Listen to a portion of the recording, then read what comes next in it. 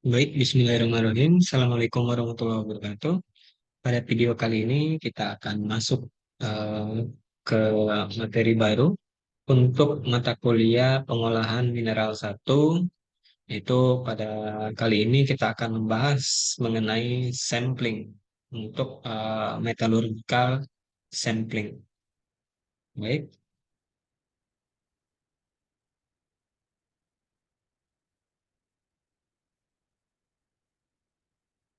ya, capaian pembelajaran dari pertemuan kali ini adalah mampu untuk menjelaskan konsep dasar separasi fisik dan sampling mineral berdasarkan untuk separasinya sendiri berdasarkan densitas, gravitasi spesifik, magnetik dan elektrik di sini ya, dan flotasi. Kemudian kajian kita pada video kali ini adalah eh, kenapa kita harus melakukan sampling atau latar belakangnya. Kemudian apa itu moisture sampling, bagaimana cara kita mengassay sampel, kemudian sistem sampling, online analysis, dan juga metode sampling atau pemisahan sampel. Nah, jadi dalam video kali ini juga kita akan bahas uh, bagaimana kerugiannya apabila kita tidak melakukan sampling dengan benar, dan juga sebenarnya apa sih tujuan dari sampling itu sendiri dalam pengolahan mineral. Nah, jadi seperti yang kita ketahui bahwa uh, konsep umum pengolahan mineral itu adalah seperti gambar yang paling kiri. Jadi ada ore atau biji eh, sama-sama ditambang dari area atau source penambangan, ya. Kemudian dipecahkan atau di-grinding, di-crushing. Nah, itulah yang dinamakan proses-proses komunisi dan juga liberasi mineral. Nah, kemudian setelah diliberasi, setelah terpisah antara konsentrat dan tiling, kemudian konsentratnya ini akan diseparasi lagi menggunakan beberapa metode yang biasa digunakan untuk eh, apa, pemisahan atau merubah bentuk atau mereaksikan ore itu untuk memurnikannya, ya. Salah satunya dengan hidrometalurgi atau pirometalurgi. Bisa juga menggunakan elektrometalurgi. Nah, kemudian produk murni yang sudah eh, didapatkan dari proses pemisahan atau proses hidro atau pyrometalurgi ini. Kemudian biasanya pada bagian pemurnian itu menggunakan elektrometalurgi kebanyakan, sehingga didapatkan produk akhir logam yang kita inginkan dengan kadar yang sesuai dengan apa yang proses apa yang dilalui oleh logam tersebut. Jadi macam-macam produk akhirnya bisa 99,99% murni logamnya, atau ya mungkin grade di bawahnya, tergantung dengan proses yang dilaluinya. Nah, untuk pengolahan mineral satu tersendiri itu kita akan fokus pada proses kominusi dan liberasi mineral. Jadi ada proses penghancuran mineral dari penambangan ke kominusi. Kemudian ada proses-proses liberasi, ada proses pemisahan fisik. Jadi proses separasi itu juga akan kita bahas nanti pada pengolahan mineral satu. Jadi kalau kita lihat, kita rinci lagi, apa sih sebenarnya yang ada di proses kominusi dan liberasi ini. Jadi dari penambangan itu kan biasanya dalam bentuk bongkahan-bongkahan besar, ya. Itu akan dilalui proses primary grinding terlebih dahulu, grinding yang pertama. Nah, jadi mungkin bisa menggunakan jaw crusher atau dipecahkan secara manual menggunakan gravitasi, ya, dijatuhkan dari ketinggian. Nah, kemudian setelah primary grinding biasanya ada secondary grinding, ya. Ini bisa menggunakan alat-alat yang lebih eh, yang bisa untuk mengubah ukuran partikelnya menjadi lebih halus, menjadi lebih kecil. Nah, dari secondary grinding itu biasanya masuk ke tahap prekonsentrasi. Nah, disinilah kita melakukan proses yang namanya proses separasi. Jadi, dalam proses separasi atau pemisahan fisik, itu akan kita dapatkan dua produk ya. Antaranya adalah konsentrat dan juga tiling. Tapi biasanya untuk mendapatkan konsentrat dengan kemurnian yang agak tinggi ya, salah satu contohnya pada Cu2S ya, kalkopirit, kalkosit, ya. Kan biasanya kemurnian konsentratnya bisa dicapai hingga 28%.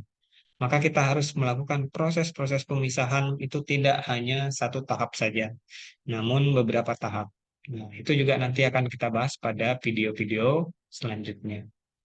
Nah, kemudian kalau kita lihat secara gamblang, di sini gambarnya kita bayangkan yang hitam ini adalah konsentrat yang terdapat pada sebuah bongkahan hasil penambangan. Hmm. Semisal bongkahan ini dipecahkan satu persatu, kemungkinan ada yang terliberasi sepenuhnya seperti ini.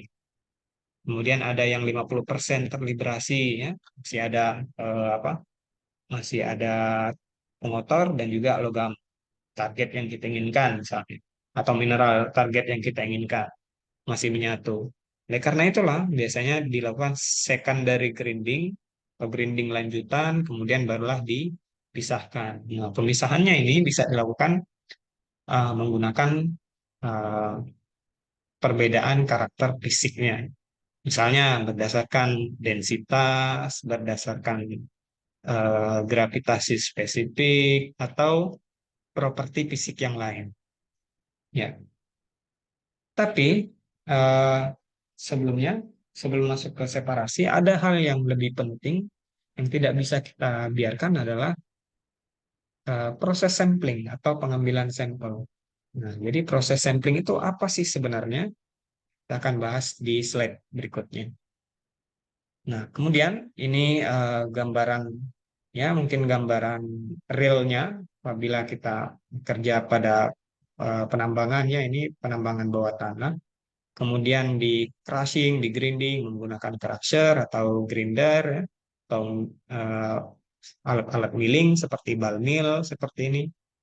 Kemudian setelah partikelnya cukup halus dan ada mineral target yang sudah terliberasi, barulah kita pisahkan menggunakan alat-alat separasi. Misalnya separasi menggunakan eh, shaking table, ya, kemudian menggunakan spiral, dan lain sebagainya. Ya. Mungkin sebelum kita mulai, ada baiknya mahasiswa bertanya kepada diri sendiri atau mencari tahu apa sih sebenarnya perbedaan grinding dan crushing sebelum kita masuk ke sampling. Dan juga apa sebenarnya tujuan utama dari proses sampling ini. Nah, untuk menjawab itu, ya kita sampai ke latar belakang proses sampling. Jadi, sampling ini adalah tahapan penting dalam proses pengujian atau analisis mineral. Jadi, sampling ini digunakan untuk menentukan sebuah volume ore yang besar dengan mencuplik sebagian kecil dari ore tersebut. Nah, jadi harapan kita bahwa yang kita cuplik atau yang kita ambil dari bongkahan besar ore itu merepresentasikan atau menggambarkan secara umum eh, sampel itu pada bongkahan yang lebih besar. Jadi tujuan dari preparasi sampel atau sampling ini adalah untuk produksi subsampel yang homogen dan representatif. Maksudnya representatif itu dapat menggambarkan karakteristik biji secara umum. Nah, kemudian eh, proses sampling ini sangat penting untuk memisahkan setidaknya 5% dari total berat ore yang akan diproses setidaknya itu harus 5%-nya kita ambil terlebih dahulu untuk sampling, untuk menentukan bahwa apakah ore ini dapat kita olah dengan cara yang spesifik atau sesuai dengan karakteristik ore itu sendiri. Nah, kenapa sampling harus dilakukan? Jadi yang pertama tadi alasannya adalah representatif, ya, karena kita harus melibatkan pengambilan sejumlah kecil, ya, hanya sedikit saja biji yang dapat dikelola, yang mewakili secara akurat volume yang lebih besar. Kemudian alasan yang kedua adalah untuk mengevaluasi sumber ore tersebut. Jadi kalau kita sampling misalnya, oh ternyata konsentrasi timah di sekitar atim ini kecil sekali, tidak representatif atau tidak ekonomis untuk dilakukan penambangan. Maka dari itu kita tidak melakukan penambangan pada area tersebut. Jadi untuk meminimalkan ketidakpastian dan memberikan dasar yang digunakan untuk pengambilan keputusan dalam pemrosesan biji. Jadi semisal eh, biji besi yang kita dapatkan di Morowali misalnya, geotit atau hematit ya ornya, itu kalau kita ketahui dari proses sampling bahwa biji yang kita dapatkan itu misalnya di atas 50% Fe-nya atau besinya, maka kita tentu saja tidak akan menggunakan proses hidrometalurgi karena eh, lebih ekonomis dilakukan jika ore tersebut diolah menggunakan eh, proses pirometalurgi. Contoh, jadi digunakan untuk mengambil keputusan dalam pengolahan biji. Kemudian digunakan juga untuk memverifikasi, memvalidasi kecenderungan dalam proses. Jadi dalam menentukan proses mana yang akan kita lakukan setelah sehabis separasi ya, setelah kita dapatkan konsentrat, itu bisa kita lakukan dalam menggunakan sampling ini. Jadi misalnya tadi kalau Fe-nya besar, sementara kita ingin mengambil Fe, maka kita cenderung menggunakan proses pirometalurgi karena mungkin lebih murah ya, dan dapat digunakan untuk ore dengan kadar yang tinggi. Nah, kalau kadarnya rendah, mungkin kita lebih memilih untuk melakukan pemurnian menggunakan proses hidrometalurgi. Kemudian yang selanjutnya adalah untuk kontrol kualitas atau QC ya, quality control, dan juga untuk testing untuk mengetahui grade dan juga eh, kadar dari material atau mineral yang terdapat pada suatu ore. Jadi kalau kita lihat di sini ada segitiga terbalik. Jadi proses pengolahan mineral itu dilakukan mula-mulanya itu pasti dari resource. Jadi resource ya, kemudian berubah menjadi reserve ya. Sudah diketahui cadangan aslinya itu namanya reserve ya. Kemudian planning ya. Ini membuat perencanaan bagaimana seharusnya kita akan mengolah sumber ore tersebut, kemudian mining ya, grade atau grade control, kemudian setelah itu setelah di mining barulah kita eh, melakukan pengolahan pada pabrik, mendapatkan produk, kemudian produknya dijual. Itu adalah siklus dalam pengolahan mineral. Ya. Jadi eh, kan untuk mengetahui misalnya karakteristik ore atau biji itu kan kita harus menganalisis. Nah, biasanya analisis itu dilakukan di laboratorium. Jadi bagaimana prosesnya dari tambang, kemudian kita mendapatkan sampel hingga dapat data karakteristik dari laboratorium. Jadi yang pertama, tentu saja kita melakukan pengumpulan sampel di tambang, kemudian persiapan di preparasi, transport, ya. kemudian mungkin ada pencatatan administrasi untuk sampel tersebut, analisis ya, kemudian kualitasnya dikontrol dan barulah diinterpretasi apa hasil sampling dan juga analisis tersebut untuk eh, penentuan kebijakan atau misalnya pengambilan keputusan apakah layak untuk kita olah atau layak untuk kita kembang atau tidak. Nah, jadi ini adalah contoh proses sampling pada sebuah industri pengolahan mineral ya. Jadi di sini ada belt conveyor, sampel semuanya masuk ke sini, kemudian di eh, plan sebelah sana itu dia diambil sebagian kecil untuk di sampel. Nah, sebelum dianalisis, sampel itu juga pasti harus dipreparasi. Misalnya kita ingin menganalisis menggunakan suatu alat analisis yang mensyaratkan tidak boleh ada kadar air. Terus saja kita harus preparasi, harus di drying, harus apa, dikeringkan terlebih dahulu, mungkin dibuat pelet atau sebagainya. Barulah setelah itu dianalisis, baik menggunakan instrumen ataupun konvensional. Ya, ini juga salah satu contohnya. Jadi sistem sampling itu biasanya berada dalam suatu area yang terintegrasi. Ini ada sampel masuk di sini, kemudian diambil secara berkala untuk mendapatkan data dari data grade atau konsentrasi dari mineral yang ada di sampel.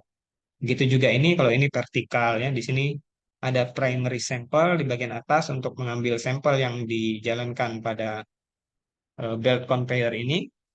Kemudian mungkin sampelnya masih agak besar-besar, di crushing menggunakan jaw crusher terlebih dahulu, barulah diambil sampelnya di bagian sini dan dibuat dalam bentuk kapsul. Kapsul inilah yang kemudian akan ditransport ke bagian laboratorium untuk dianalisis. Jadi biasanya ada sistem yang terintegrasi. Nah, kelebihannya bagaimana? Kan ini hanya diambil secuplik saja ya untuk dibuat kapsul. Kelebihannya itu akan dimasukkan kembali ke aliran sampel yang di atas. Nah, bagaimana cara kita sampling biji di area tambang? Ya, misalnya ini tambang limonit ya. Jadi kalau limonit itu ada beberapa layer atau lapisan. Jadi yang paling atas itu lapisan yang kaya akan besi, ya, peruginoscat. Kemudian di bawahnya ada limonit yang low kadar nikel rendah, kadar besi tinggi. Di bawahnya lagi ada saprolit ya, yang kadar nikelnya agak tinggi, besinya rendah, magnesiumnya tinggi.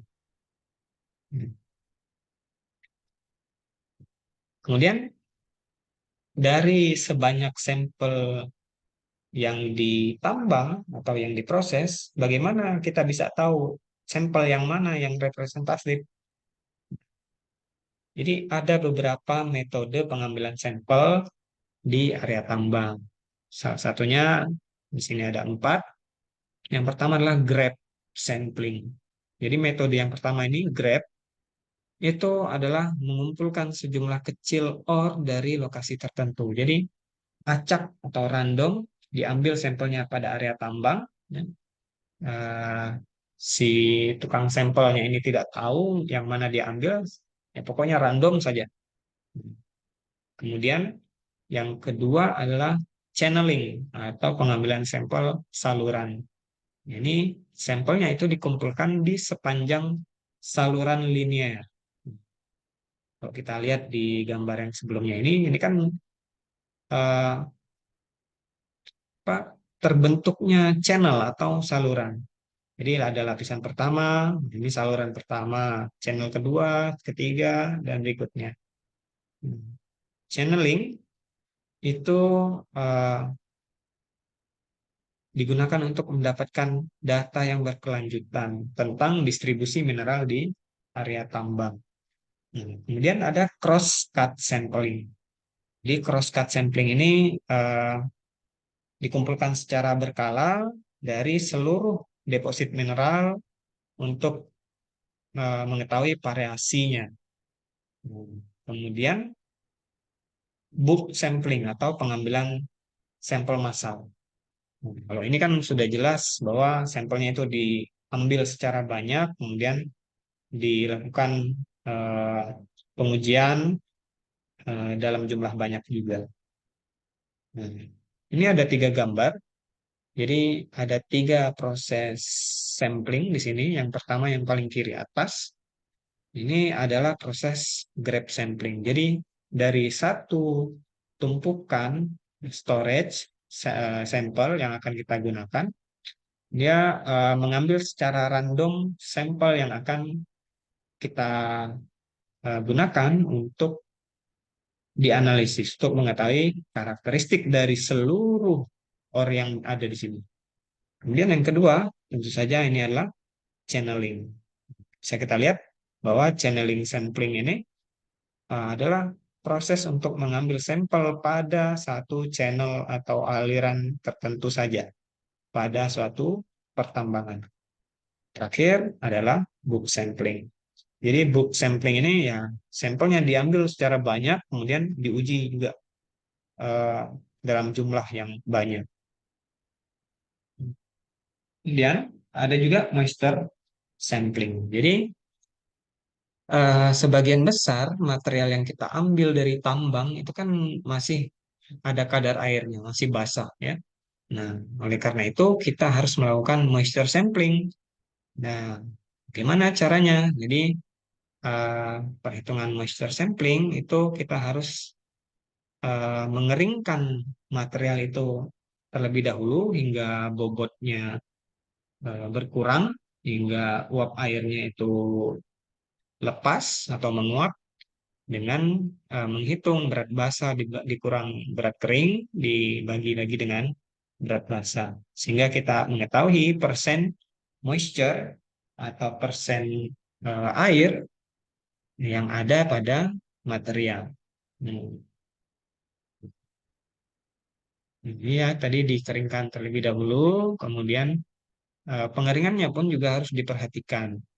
Jangan sampai pengeringan material tersebut menyebabkan perubahan karakter fisiknya, karakter fisik dan kimianya. Contoh, misalnya mineral sulfida itu kalau dia dipanaskan hingga lebih dari 105 derajat, maka sulfur dioksida SO2-nya akan terlepas dari material tersebut. Kemudian ada assay sampling. Jadi assay sampling ini adalah melakukan sampling pada saat masih berada pada satu aliran. Jadi seperti gambar yang tadi ya, yang sistem sampling yang terintegrasi tadi, itu kan sampelnya diambil pada saat dia masih bergerak pada belt conveyor. Nah, itu memungkinkan kita mendapatkan sampel yang representatif dan juga eh, tingkat apa ya, tingkat errornya itu lebih rendah dibandingkan kalau kita ambil grab sampling atau bulk sampling seperti eh, gambar bapak-bapak tadi. Jadi materialnya yang akan disampling itu diambil pada saat materialnya itu jatuh bebas. Nah, dan pengambilan sampelnya itu diambil secara berkala. Kalau kita lihat di sini, semisal ada aliran material di sini ya, pada setelah di grinding misalnya, dialirkan menggunakan bed conveyor, kemudian dijatuhkan, eh, kemudian ada cutter yang digunakan untuk memisahkan sebagian material ini ke arah sini. Nah, itu dilakukan secara berkala terus-menerus ya, dalam keadaan free fall discharge ya, atau dalam keadaan jatuh bebas. Jadi materialnya ini dalam keadaan jatuh bebas, kemudian ada sampler atau cutter yang digunakan untuk mendorong atau memisahkan material ini ke bagian yang lain untuk sampling secara berkala. Nah, ini eh, kita gunakan untuk menghitung assay sampling ya. Jadi kiri atas ini adalah bagaimana cara kita menentukan berat minimum sampel yang dibutuhkan untuk sampling. Di mana M ini adalah berat minimum, L ini adalah berat kotor material, kemudian C ini konstantanya, dan D ini dimensi material paling besar. Jadi dimensinya berapa sentimeter, misalnya diameter ya, kalau dalam bentuk spherical atau dalam bentuk bola. Dan S ini adalah statistical error, di mana S ini ditentukan menggunakan rumus yang ini.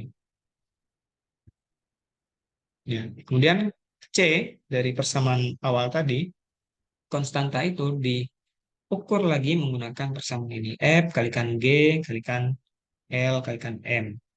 Di mana F inilah shape factor. Nah, ini faktor bentuk. Ya. Untuk setiap bentuk itu berbeda-beda nilainya. Contohnya di sini 0,5 untuk emas. G ini adalah faktor yang bergantung pada rentang ukuran partikel. Ya, seperti ini. Jadi jika rentang ukuran partikel diameter paling besar dan paling kecilnya itu rasionya adalah 4, maka nilai G-nya adalah 0,25. Begitu juga untuk yang lain. L adalah faktor librasi. Ya. Faktor librasi ini nilainya 0 sampai 1. Kalau 0 ini materialnya artinya homogen dan 1 materialnya heterogen. Hmm.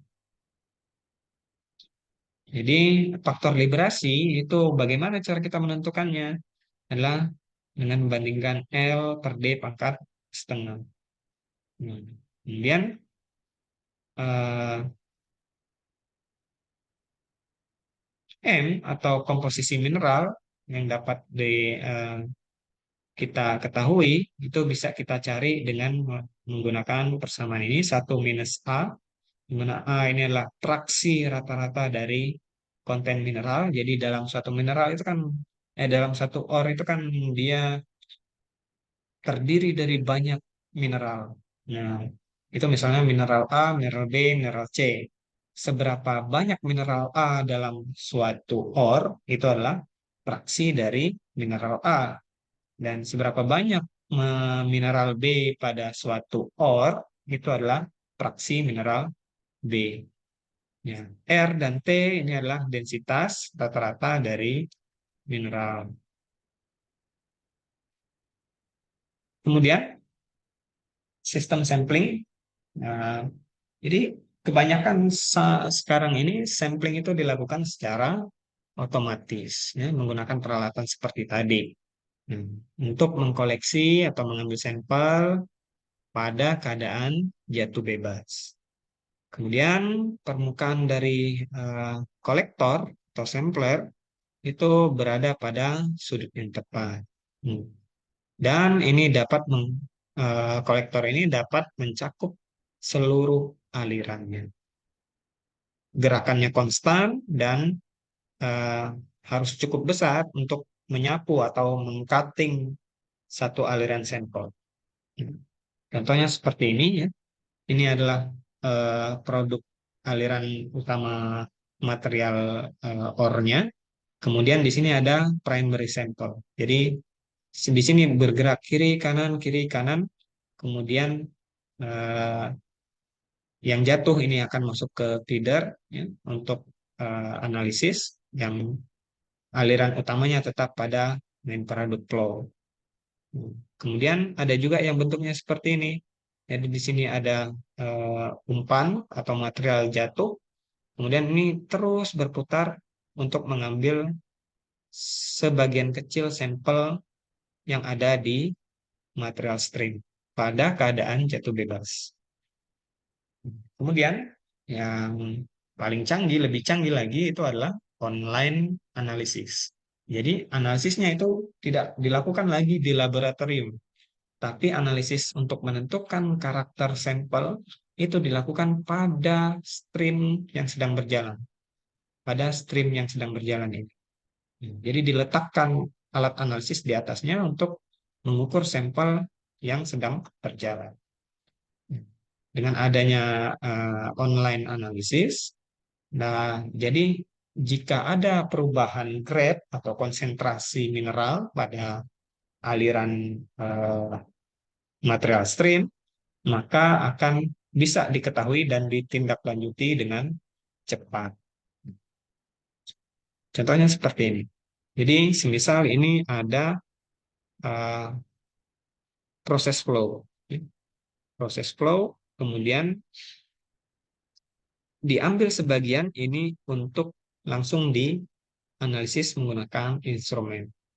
Nah, jadi eh, flow yang ada di dalam pipa ini itu dia akan secara terus-menerus dianalisis menggunakan alat analisis yang sesuai. Contohnya lagi seperti ini, kalau tadi untuk material fluida ya, kalau kita lihat ini memakai pipa itu biasanya material fluida, gas atau apa cairan. Kalau ini material padat, biasanya kan material padat itu kan dia dialirkan menggunakan conveyor ya, belt conveyor. Nah, jadi instrumen analisisnya itu diletakkan di atas dari material flow-nya itu sendiri, laju alir materialnya. Jadi secara terus-menerus kita akan tahu, oh ternyata material yang masih berjalan pada flow ini itu kadarnya masih di atas persyaratan ya, atau masih memenuhi persyaratan yang diinginkan. Kemudian ada lagi, kalau misalnya sampelnya itu tidak berjalan, bagaimana Pak? Tidak bergerak ya, misalnya. Ya, yang pertama kita lakukan adalah dengan metode count and quartering. Jadi count and quartering ini adalah cara untuk menentukan sampel atau mengambil sampel dari suatu populasi atau suatu tumpukan sampel. Nah, pertama kita bentuk sampel tersebut, sampel padat tersebut dalam bentuk kon atau kerucut. Kemudian kita pisahkan setengah bagian atasnya sehingga membentuk seperti ini. Kemudian bagi dua dan bagi lagi dua. Jadi ada 4 bagian. Jadi coning itu maksudnya dibuat seperti kon ini ya. Quartering itu adalah dengan cara membagi 4 sampel tersebut. Sehingga apa seperempatnya ini digunakan untuk sampling. Dan apabila seperempatnya ini masih terlalu banyak eh, dipakai untuk sampling, maka seperempatnya ini dibuat lagi kon, kemudian diulangi lagi dari atas, dipisahkan lagi setengah, dipisahkan menjadi 2 bagian, pisahkan menjadi 4 bagian, sehingga menjadi 4 bagian lagi. Apabila sudah mencapai apa masa tertentu yang sudah mencukupi untuk sampling, maka seperempatnya dipisahkan untuk dianalisis. Ada juga yang menggunakan peralatan, misalnya John Ripple. Jadi kalau peralatan ini, kalau kita lihat dia berbentuk kisi-kisi ya, atau lubang-lubang ya. Di sini ada lubang 1 sampai 11. Jadi lubang 1, 3, 5, 7, 9, 11 atau yang ganjil itu akan masuk ke kanan, yang genap itu akan masuk ke kiri. Jadi dengan menggunakan John Ripple ini, dia kita akan bisa memisahkan sampel itu menjadi 2 secara random, secara acak, dan eh, meminimalkan error atau kesalahan. Nah, apa yang akan terjadi kalau sampling ini tidak dilakukan dengan benar? Yang pertama adalah analisis yang kita dapatkan itu tidak akan akurat. Jadi analisis yang tidak akurat itu kan tidak ada artinya dan hanya membuang-buang waktu saja. Nah, bagi industri itu sangat menjadi kerugian yang sangat besar sekali. Nah, ada cost atau biaya yang dikeluarkan untuk melakukan analisis, ya, ada waktu yang terbuang. Nah, itu sangat tidak diinginkan oleh industri. Kemudian kita tidak bisa mengetahui karakteristik biji, bagaimana sifat bijinya ini. Nah, hal itu akan membatasi eh, kemampuan perusahaan untuk mengoptimalkan umur sumber daya bijinya. Kemudian kegagalan untuk memenuhi spesifik atau apa produk akhir yang diinginkan. Karena kita tidak mengenai karakteristik bijinya, sehingga kita olah saja misalnya dengan cara yang salah, karena tidak sesuai dengan karakteristik bijinya. Jadi produk akhirnya mungkin ya apa kemurniannya itu tidak terlalu tinggi atau tidak sampai yang diinginkan. Tentu saja yang terakhir adanya kehilangan pendapatan. Ini jadi analisis grade-nya dan recovery ini tidak akan akurat yang menyebabkan potensi untuk hilangnya pendapatan. Ya. Ya, jadi sampling is statistical problem. Jadi sampling ini adalah masalah statistik sebenarnya ya. Jadi eh, tingkat atau kerandomannya itu harus kita jaga. Tidak boleh kita bertindak secara objektif, subjektif dalam menentukan sampel mana yang akan kita ambil untuk dianalisis, untuk mengetahui karakteristik sampel secara umum. Nah, there can never be complete confidence in the result of a sampling exercise. Jadi katanya tidak akan ada apa sampling yang sempurna. Nah, dan for most practical purpose uh, 95 time in 100 chance of being within prescribed limit is acceptable level. Jadi 95 dari 100 percobaan untuk sampling ini, misalnya kita melakukan sampling itu sebanyak 100 kali. Nah, 95 kalinya jika hasil analisis dari sampel tersebut konstan, maka itu sudah bisa kita anggap level acceptable. Di 95% itu bisa kita anggap berhasil jika samplingnya itu menunjukkan hasil yang konstan dari 95 per 100 kali kita melakukan sampling. Jadi 95%. Ya, mungkin itu yang bisa saya sampaikan untuk pertemuan kali ini dalam video ini. Saya harap mudah dipahami. Jika ada yang ingin didiskusikan, ditanyakan, silakan kita diskusikan nanti di kelas. Saya kiri, Assalamualaikum warahmatullahi wabarakatuh.